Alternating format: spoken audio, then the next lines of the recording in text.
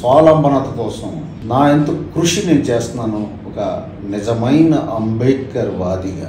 అందుకు నాకు ఈ అవకాశం ఇచ్చిన ఈ ప్రభుత్వానికి సర్వత్రా కృతజ్ఞుడు. చైర్మన్ గా బాధ్యతలు తీసుకున్న ఈ సంవత్సరంలో మీరు అనుకున్న పని ఎంతవరకు చేయగలిగారు సార్? బాగానే జరిగిందండి. అంటే జనరల్గా ఏంటంటే ఎంఎస్ఎంఈ పార్క్స్ ఓపెన్ చేసాము, చాలా వరకు చాలా దగ్గరగా వెళ్తున్నాము. అలాగే buyers and sellers meet conduct చేసాము, వెండర్స్ డెవలప్మెంట్ ప్రోగ్రామ్ కండక్ట్ చేసాము. ఎంఎస్ఎంఈలో మేము ర్యాంప్ ప్రోగ్రామ్ అని చాలా సీరియస్గా ఇంప్లిమెంట్ చేస్తున్నాము.